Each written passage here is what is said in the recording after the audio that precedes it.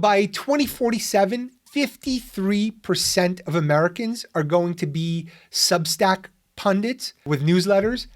And the other 47% are going to be executed, converted into NFTs, and live forever in the Zuckerverse.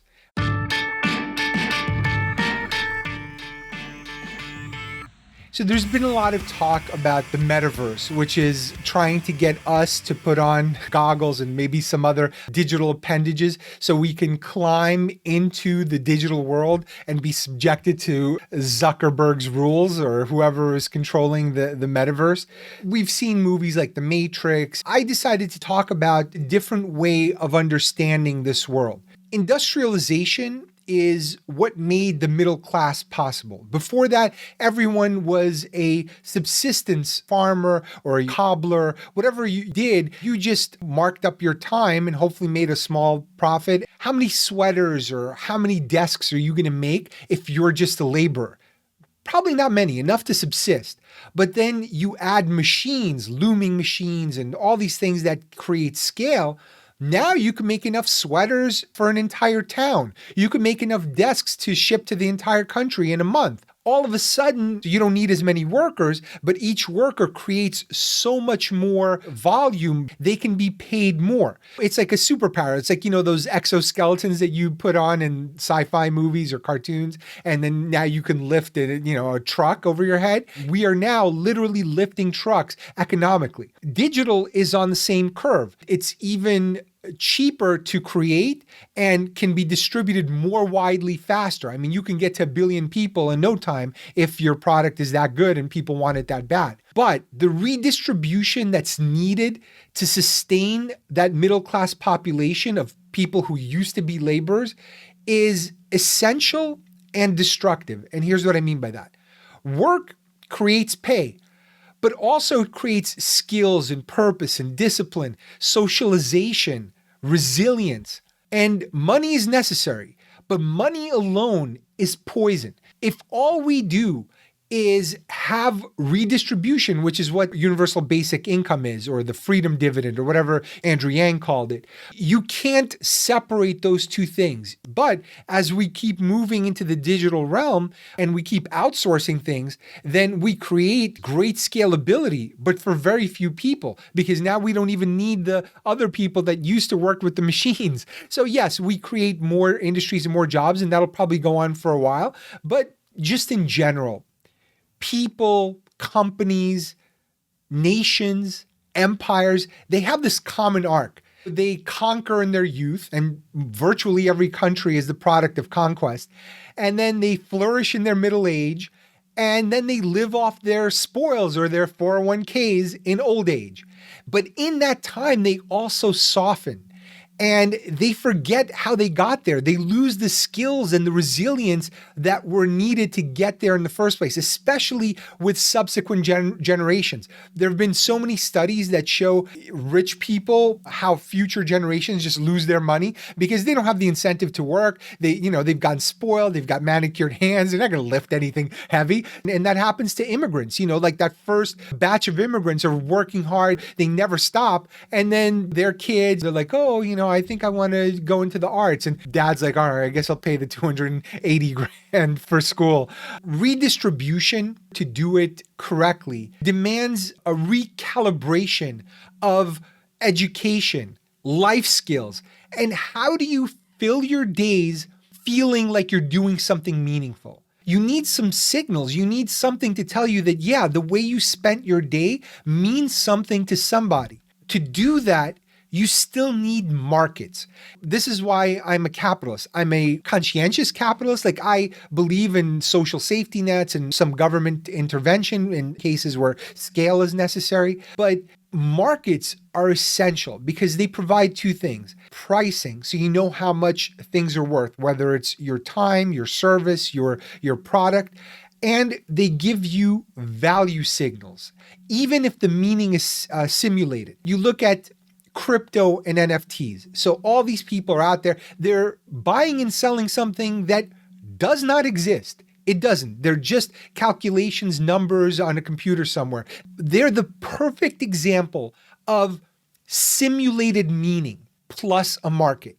Everyone who spends their time doing this thinks they're spending time on something meaningful, even if outsiders don't think it is. And they have a market that validates their meaning because someone else is willing to buy their art, or someone else is going to buy their crypto at a higher rate, or they get to watch what goes on, or they build a platform for other people to trade or track their stuff.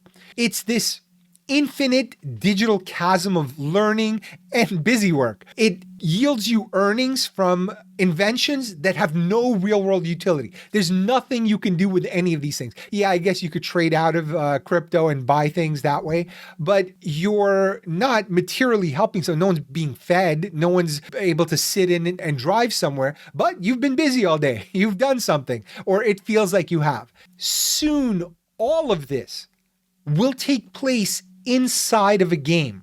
The metaverse will keep you busy inside because it's a game. So there'll be points to win, enemies to conquer, all the stuff that has kind of disappeared from the physical world will exist in this digital one. So our challenge is to add utility into this equation. So something useful that actually helps somebody, or improve the simulation to a point where no one even asks the question, where everyone just accepts this is it. My genitals are hooked up to it, my eyeballs are hooked up to it, and possibly my nipples.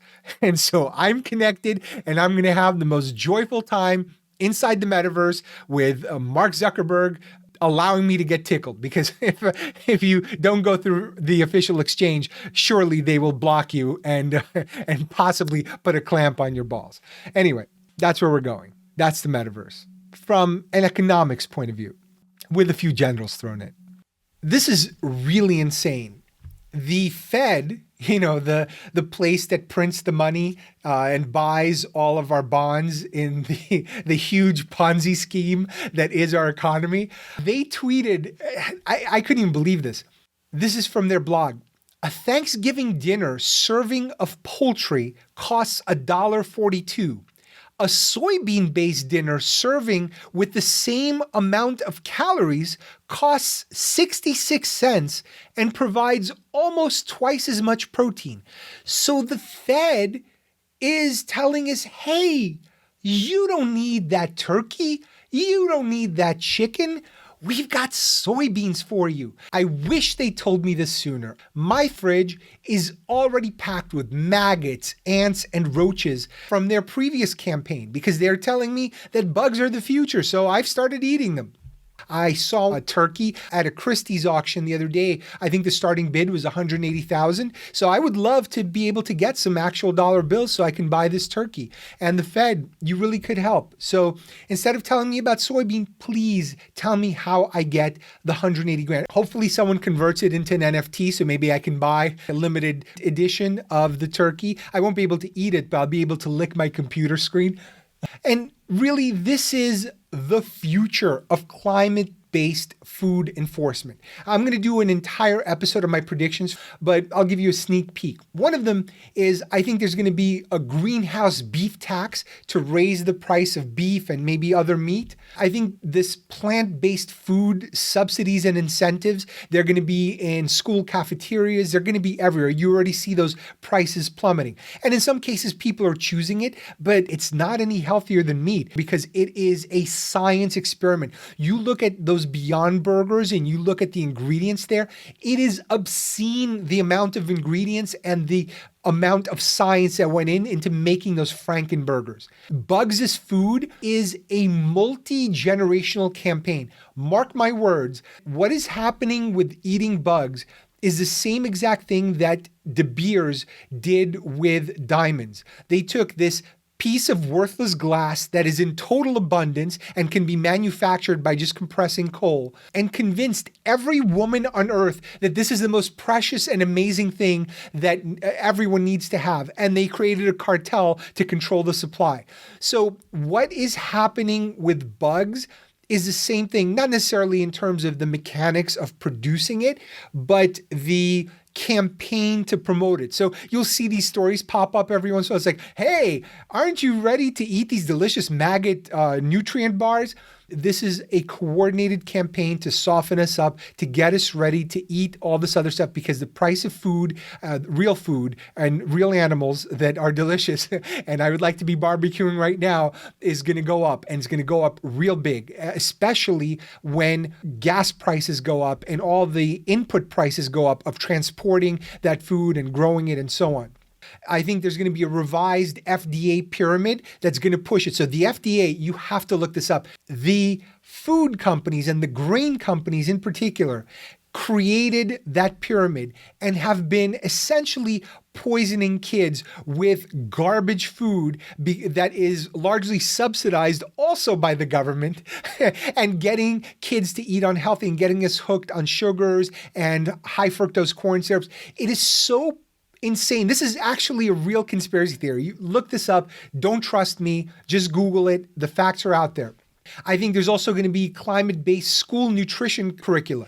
So they're going to teach exactly what is needed to be taught to get our kids eating bugs and doing all the things that the climate activists want, in the process raising the prices and making it almost unfeasible to consume the way we are currently consuming. Not that it's sustainable, but I think there's also a deviousness to how this is being done. There will be long-distance food shipping tariffs, and I know there's a lot of really good people. I don't begrudge them this. They want to shop local. They only want to consume things that are in season. They don't want to buy a grape that was flown in from Mexico. Is super cheap, but obviously destructive to the environment. I've ranted about water from Fiji in a previous episode. So obviously I'm not for this, but I think it's going to be more overt, and it's going to be much more expensive to live. So this inflation is only the beginning. Mohammed El-Arian, who is an economist, and he's worked for some of the biggest financial services companies, he tweeted, "I bought into the Fed story on transitory inflation for months, but their credibility is sadly diminishing by the day." It is crazy how confident these experts are and how flippant they are with people's money. Oh, this is good for you. Like, they're just literally writing articles now how inflation is good for you. Well, it's not good for a lot of poor people or people on fixed incomes or people who are relying on their savings who aren't working anymore because they're retired. So it's no joke. And it really takes it takes genius of sorts to screw up both the supply and the demand of the equation of the economy. So on the supply side, it's like, oh, the entire supply chain is screwed. We don't even know how we're going to get this stuff off the ports. And we haven't even tried. I know they talked about getting the National Guard or whatever. None of that happened. And the other part of it is the demand, which is you pump all this money into the economy. You give all these cheap loans and aid and unemployment. Yeah, people have money to spend. They want to spend because now COVID for a lot of people isn't as big a deal. Now there's no place to get stuff. It's such a amazing screw up. It drives me nuts. And, I'm not a big conspiracy theorist, but this push for Green New Deal and climate change and clean energy, it's very convenient when gas prices go up. Now remember, it's not just gas that goes up, because all the stuff that comes to you and me comes in a truck or it comes in a plane. All the food, everything we eat, all of that stuff takes energy. All the packaging, plastic is made out of petroleum. All of that stuff has to require oil. So when we talk about oil going up, that means everything goes up because everything relies on oil.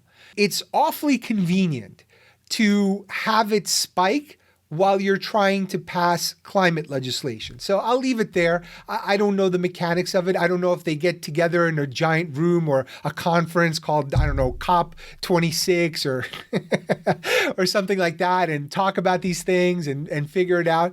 But if they did, sure would be convenient. Another thing that's been driving me nuts is I'm all for good government. I'm really, I'm not like some crazy libertarian where it's like, oh, we got to cut everything. But show me you can do something with the trillions of dollars we already take in from taxes and all the trillions we make out of thin air by printing it. Show me you could solve one problem. Solve homelessness. Solve healthcare. Figure out how to stop cybercrime, housing. So many problems, so much money collected, and yet these problems persevere year after year. So clearly, these people don't know what they're doing. And then they're going out there and they're like, oh, we need more money. We need to raise taxes. We need to do all this stuff.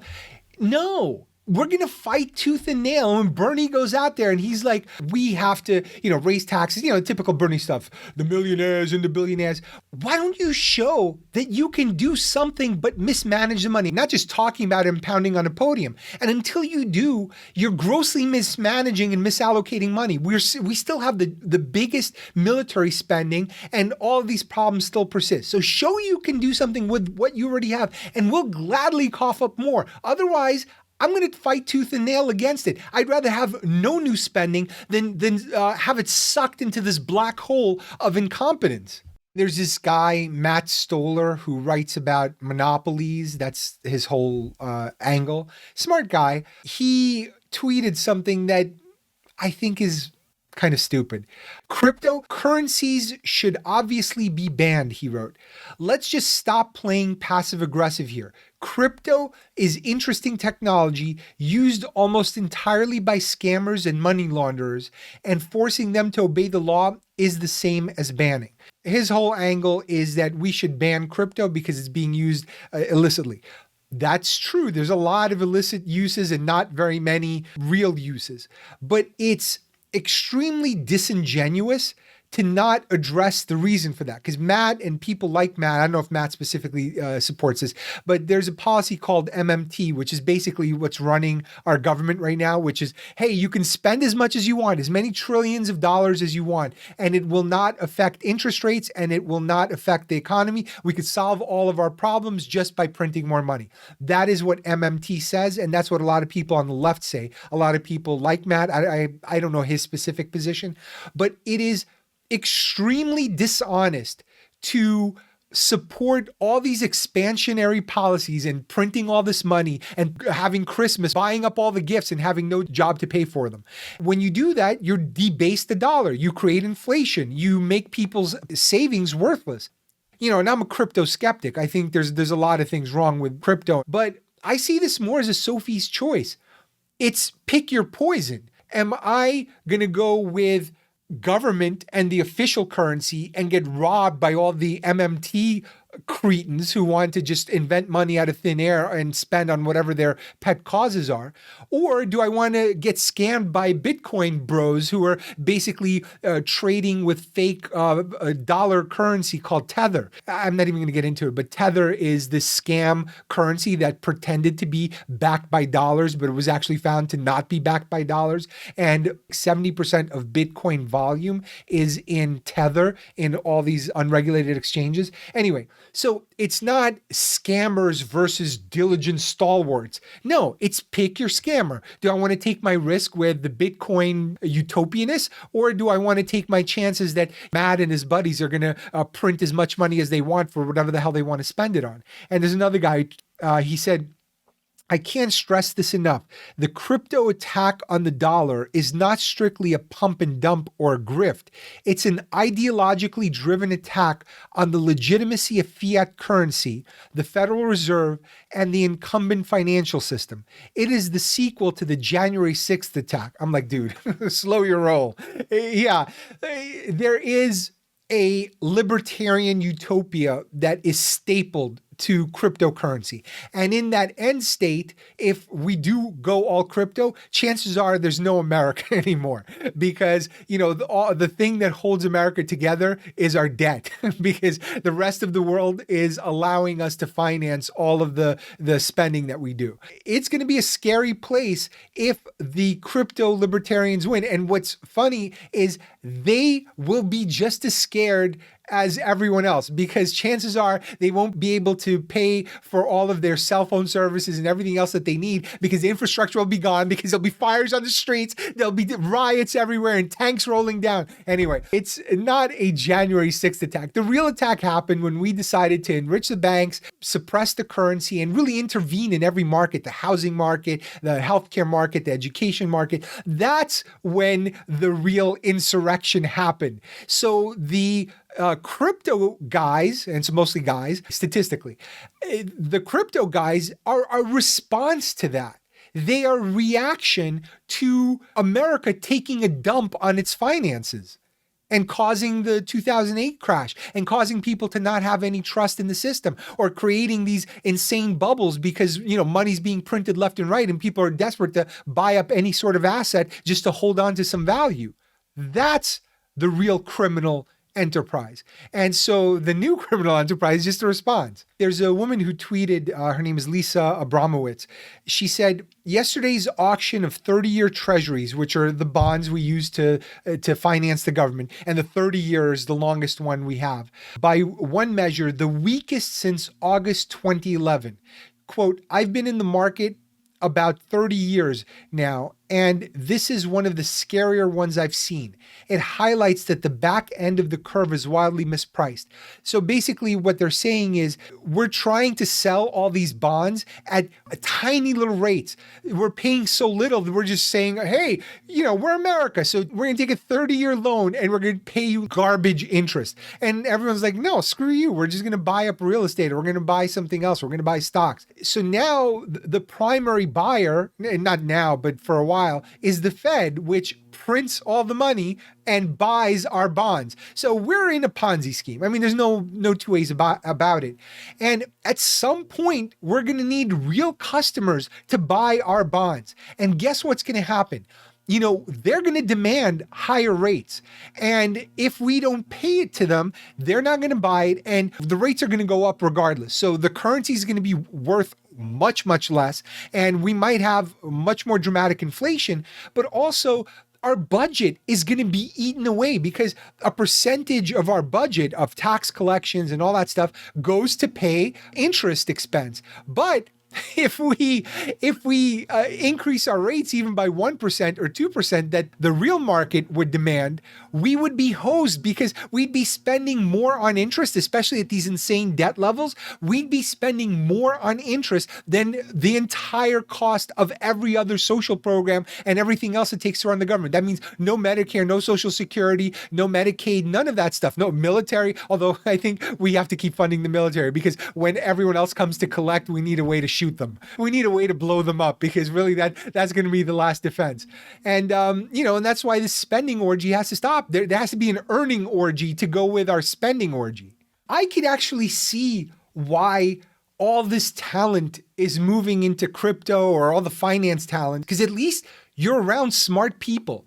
The dunces that work for government, it's out of control. So I found out that the new I-bond, which I think you could buy up to $10,000 per year, and I think another $5,000 with a tax refund, it's paying 7.12% right now because of the crazy inflation. And they reset the rates every 6 months. Anyway, it's only sold by the Treasury. So you have to go to Treasury Direct. I go to this website. It is the most infuriating, horrific thing. Like, it's a miracle anything in government works. These are the people who handle money. Their website, first of all, forget about mobile optimized. You need a 55-inch TV to operate this website. It doesn't scroll properly. And then I had an account, but I had to recreate my account, or I had to, how you have to do like a password reminder, but they don't do a normal password reminder where you just put in your email and username or date of birth. You have to put in all of your information, your bank account numbers, your routing numbers, and then they tell you, oh, we don't think you have an account, or you got something wrong, because they have information from like 7 houses ago where you lived. It takes away any hope. Anyone who thinks that government deserves to get more money has to go to the Treasury Direct website, and hopefully they're not gun owners, because they're going to shoot themselves. It is a rectal exam of a website. The government, they are not attracting the best. It is why we need private industry, why we need private companies, and why we need to take as much power and money away from them as humanly possible and take care of things in a market-based competitive setting. Because otherwise, these are buffoons. They are idiots. And these are the people who handle our money. It is absurd. Go look at that website and tell me it's not disgusting. You'll vomit all over your computer. Just put plastic wrap, put saran wrap over your keyboard for when you vomit. I love green energy. I think green energy is the future. There's no reason we couldn't make all the energy we need on this planet from a combination of the sun, geothermal, solar, hydro, maybe wind, which I'm not a big fan of, and maybe technology we don't even know about yet. But most importantly, nuclear. Nuclear is the only technology available today that can take over a big chunk of the capacity that fossil fuels now provide. It is the only one. All these other ones are just tiny little dots, and you can sink billions, and we're going to, or trillions into investments in these things, and they're still not going to do it. They're not going to cut it. And there's some really exciting things happening in nuclear research and fusion reactors, which are much cleaner. So we're going to have abundant energy, and that's where our energy should be going, to developing those things and substituting with something that actually works. Well, they had the big climate summit, COP26. I don't know what COP stands for. I was hoping actual cops would be there. They should have arrested every one of these people. Why? Because I looked at their agenda. It was an 11-day agenda. So I went to the webpage that had all of the workshops and speakers with a description for each one. Just out of curiosity, I decided to do a word search on the page to see how many times the word nuclear appeared on the 11-day agenda. Guess what? Zero times. These people are not serious. They are blowing smoke up our asses. Even entertain the possibility. The problem is a lot of the people pushing for windmills and solar and all this other stuff are profiteers. They stand to make money from us piling all our tax money into their low capacity technologies. And they're not going to make a bunch of money off nuclear, which is an old technology that they don't own or control or have any patents on. Although there are some new companies that, what was it called, Helio, I think, that just raised like $240 million to do nuclear fusion. So there has to be profit for people to be motivated to do these things.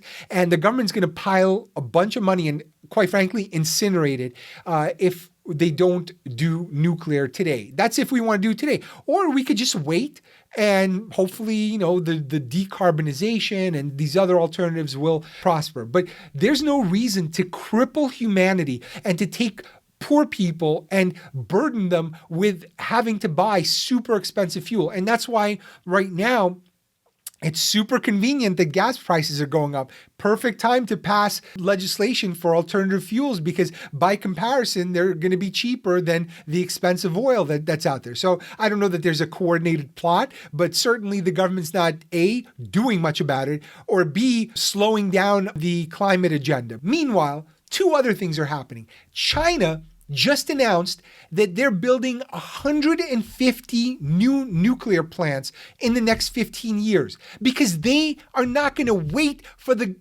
freaking wind to blow. They're not sitting around going, maybe today it'll be windy. No, that's for punks. They are doing the technology that actually works, that actually can supply a country of their size. The other thing that's happening is France and the Nordics are actively pushing Europe to nuclear as well. And quite frankly, Europe might as well do it. So 75% of France's electricity is produced by nuclear power today. And they are far more efficient than Germany, which threw a bunch of money at alternatives and only spiked their own fuel prices. So they failed miserably with these alternatives. And meanwhile, France is doing well. So Europe has no reason not to do it because guess what? If you're afraid of nuclear meltdowns and a nuclear meltdown happens in France, these countries are on top of each other. That's going to affect all of Europe. That's going to be a problem for everybody. So your best bet is pick the technology that works, advance it as far as you can and make it as safe as possible and just go and start doing things. And then you can decommission those things if we come up with something cleaner or better. But we got to start moving. And we got to start doing things that actually work. So I'm tired of, that's why when I listen to these Greta and all these other people don't know anything, like China knows things. They've done their homework. France knows things because they actually live by the thing that they're recommending. I think there's only one real solution to our inflation problem. Ambien in the drinking water. Just hear me out. I know you're a little skeptical, a little dubious. They did a study and they showed that Americans shop 50% less while they're asleep. You fall asleep for let's say 6 months. And hopefully when you wake up, everything will be just like it was in 2019. Amazing. This is not only a solution to inflation, it's practically a time machine. So I have invented a time machine that solves inflation. Please thank me on Patreon, patreon.com/McFuture.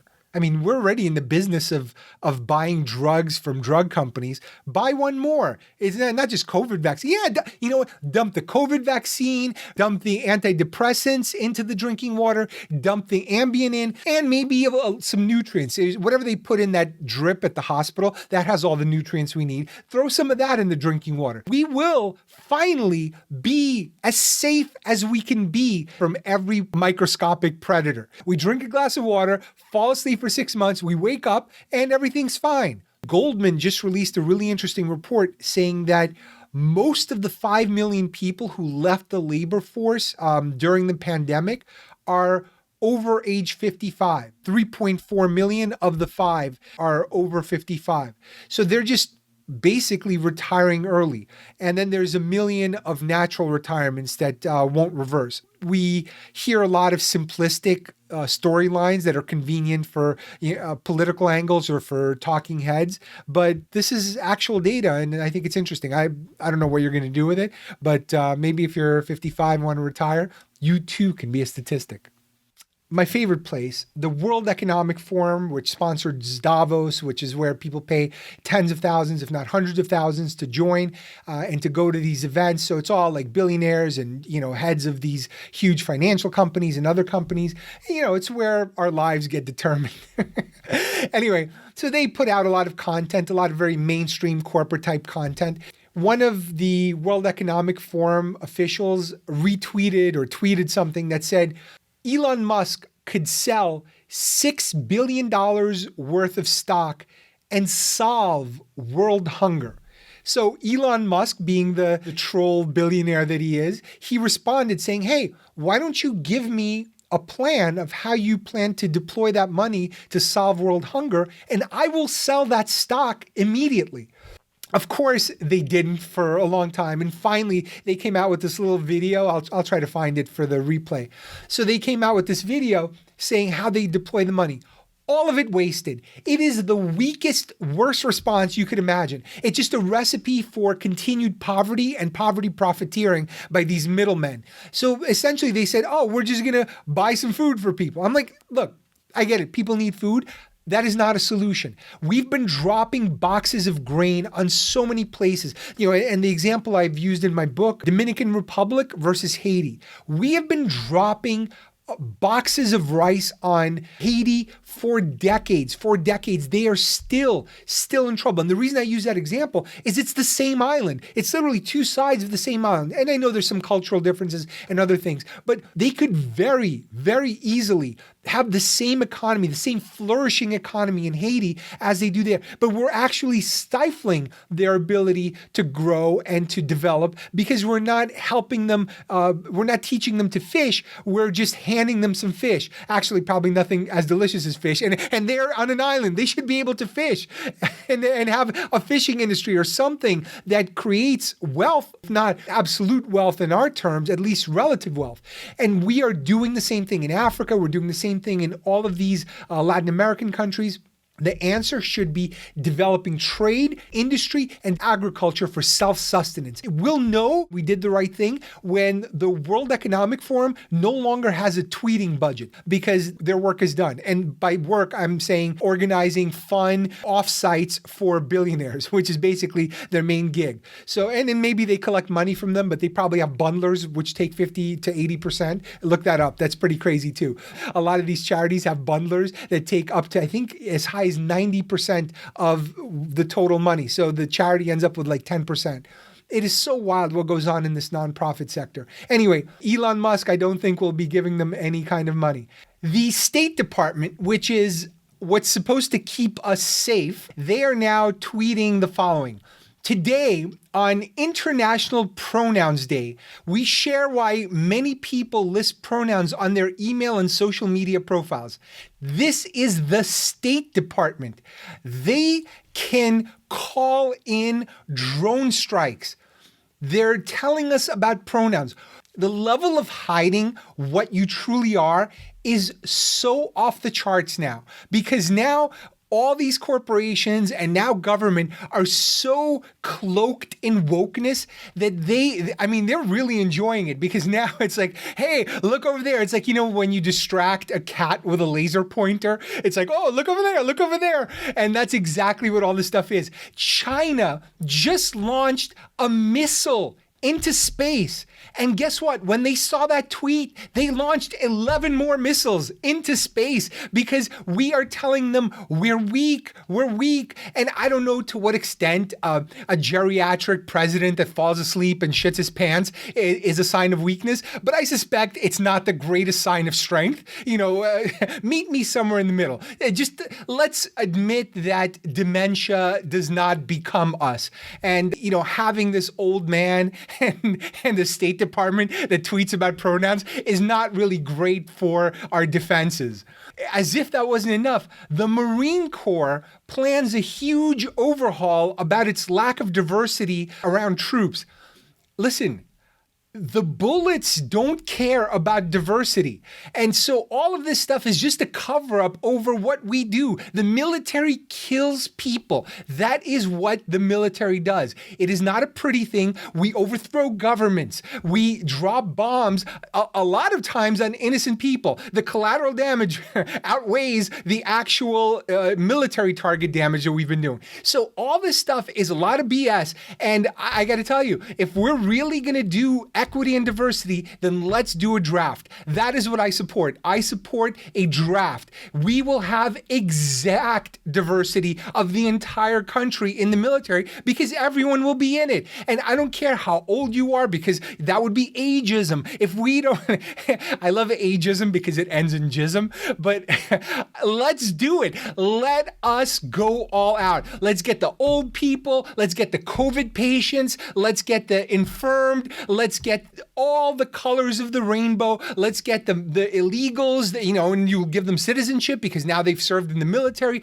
Let's start more wars because now we've got all these troops and we got to do something with them. And we got to get them all weapons and let them all go out there, and it'll keep them from rioting. It'll keep everyone safe. It's going to be amazing. And so that is the way we achieve equity. We throw everyone in the military and hope for the best. China is going to be so scared when they see my dad dressed up in fatigues, at 82 years old. Anyway, let's keep going. I can't tell you who's working harder. Mobile networks to convince us this 5G is amazing and the greatest thing ever, or Hollywood trying to convince us that Pete Davidson is talented. They are mating him with Kim Kardashian. They are doing everything they can. They're making movies with him. They're latching Judd Apatow to his side. They're trying to keep him from relapsing and rehab. They're doing everything except writing jokes for him, because that is what's missing from a guy who's supposedly a comedian. And you know what? We are doing the same exact thing with Beto-O'Rourke. I would call him Beto, but really, he's so beta. This guy with his remedial Spanish. Necesitamos incluir cada persona en el éxito de esta economía. Pero si queremos hacer eso, Necesitamos incluir cada persona en nuestra democracia.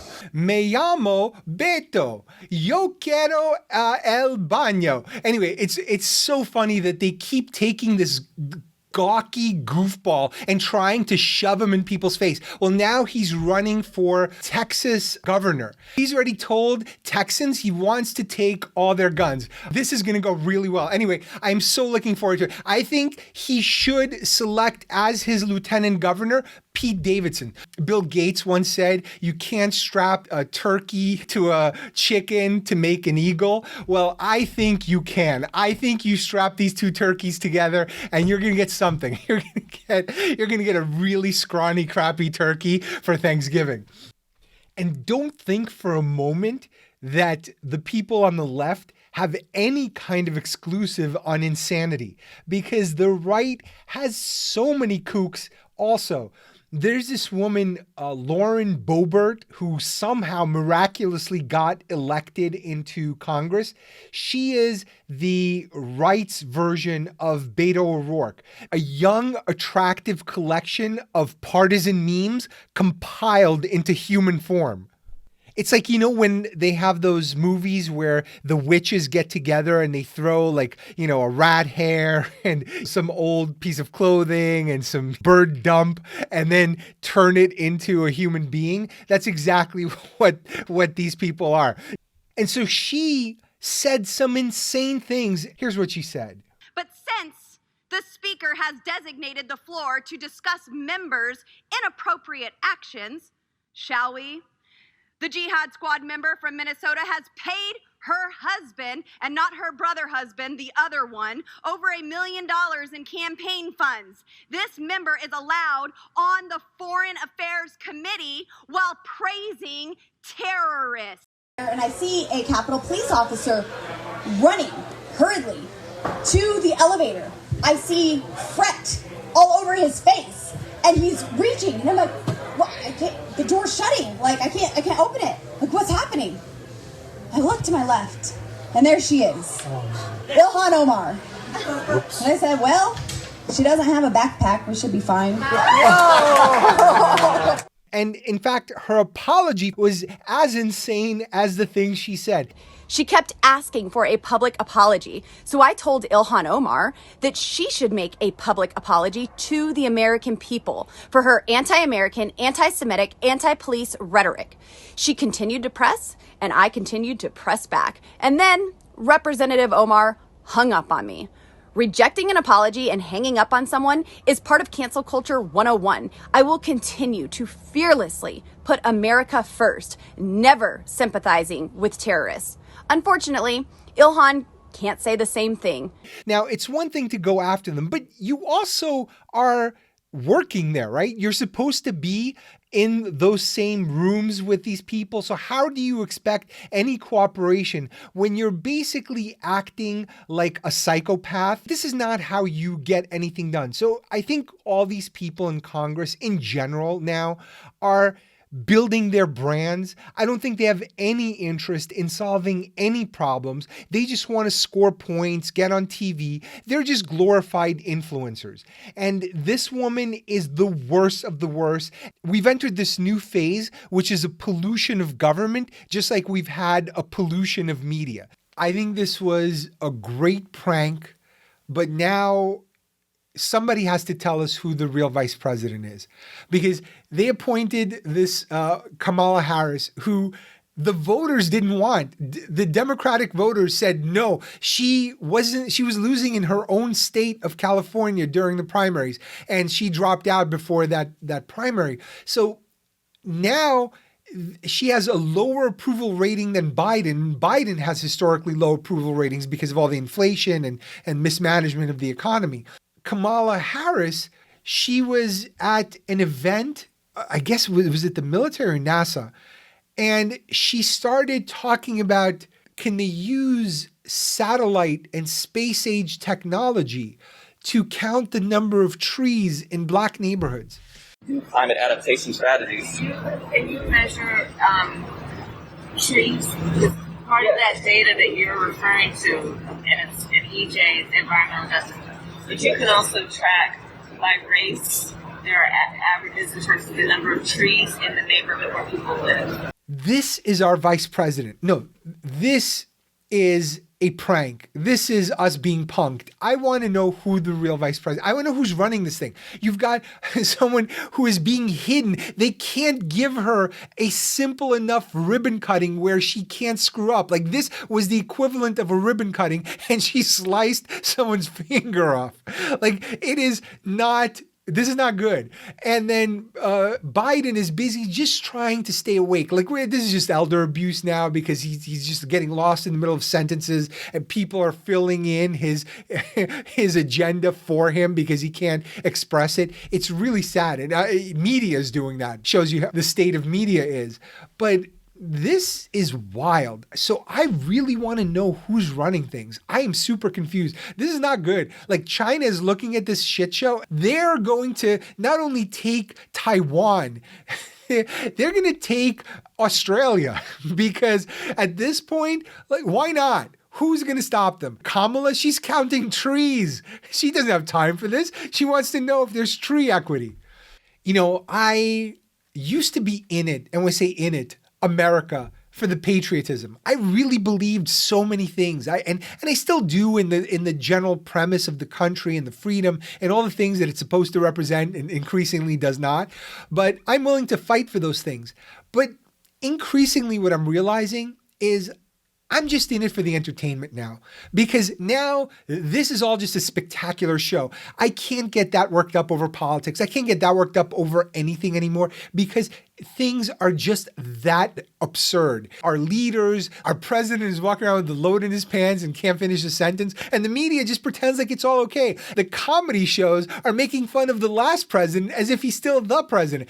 Nothing matters. Politics is stupid. It's spending time getting all worked up over it is a big waste of time. Just sit back, enjoy, have your popcorn, love this thing for what it is. It is probably the decline of an empire, but more importantly, it will be televised. So as long as your subscriptions are paid, or you know how to pirate it, it's going to be entertaining.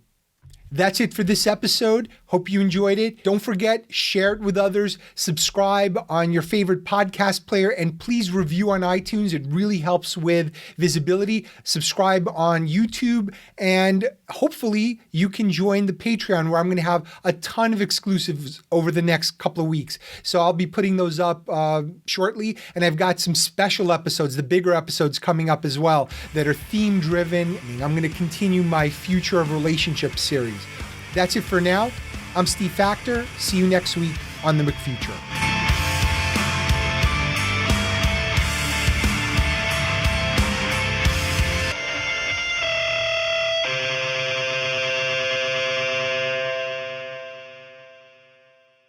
So here's the food pyramid. The entire base of it is bread, cereal, rice, and pasta. 6 to 11 servings a day. Well, actually, Americans now do 6 to 11 servings an hour. But, you know, listen, we've gotten bigger. We've grown into the pyramid. And fats are really small, which we're now learning that fats are really good for you. But the entire base is bread. You should just pull your chair up at the bakery and just have them shovel bread into your mouth. And there's a link here. It's an NPR article, how scientists were bribed to sell sugar and blame fat. And then there's a Salon piece that talks about how the food industry used the FDA's food pyramid to basically sell us grain, sugar, and poison us. A representative from California, Young Kim, she tweeted, "The backlog of container ships in California's ports was bad enough. Now, the bad actors, the cargo thieves, have stolen over $45 million worth of goods through September." So, you know, this stuff is just sitting on the docks. And I really got nostalgia because I grew up in New York. Some of my best memories and some of my most prized possessions came from the back of a truck. I remember when I was a kid, there'd just be a van parked there randomly, like unmarked, and there'd be a guy sitting in the back selling t-shirts or socks out of a truck. And we were poor immigrants. So I was like, all right, like I didn't know any better. I was making the buying decision. But my dad saw that truck and he's like, I am saving money today. And I used to shop in an all-black area called, it was like on Church Avenue, Flatbush. So I lived in an adjacent area, and we'd go to Flatbush and we'd go to like Bobby's department store where I'd buy everything off a pile. Like all my underwear was irregular and all the sneakers were tied to each other. Like that's how you knew it was a pair, because the laces were tied to each other, and then you'd have to figure out how to undo them, and then all of them would be wrapped up in each other, and you'd be jousting with other people. And it was never like a name brand. It was never Nike or Adidas. It was always like Pro Keds, and it was nothing pro about them. It was they were all plasticky, and your feet would start sweating and smelling the minute you wore them. And every once in a while there'd be a van that pulled up, and some guy would be just selling you t-shirts or whatever. And like all the immigrants and all my fellow shoppers from the area, we would all go and we would buy this stuff and, hope that it didn't fall apart in the wash, which it always did.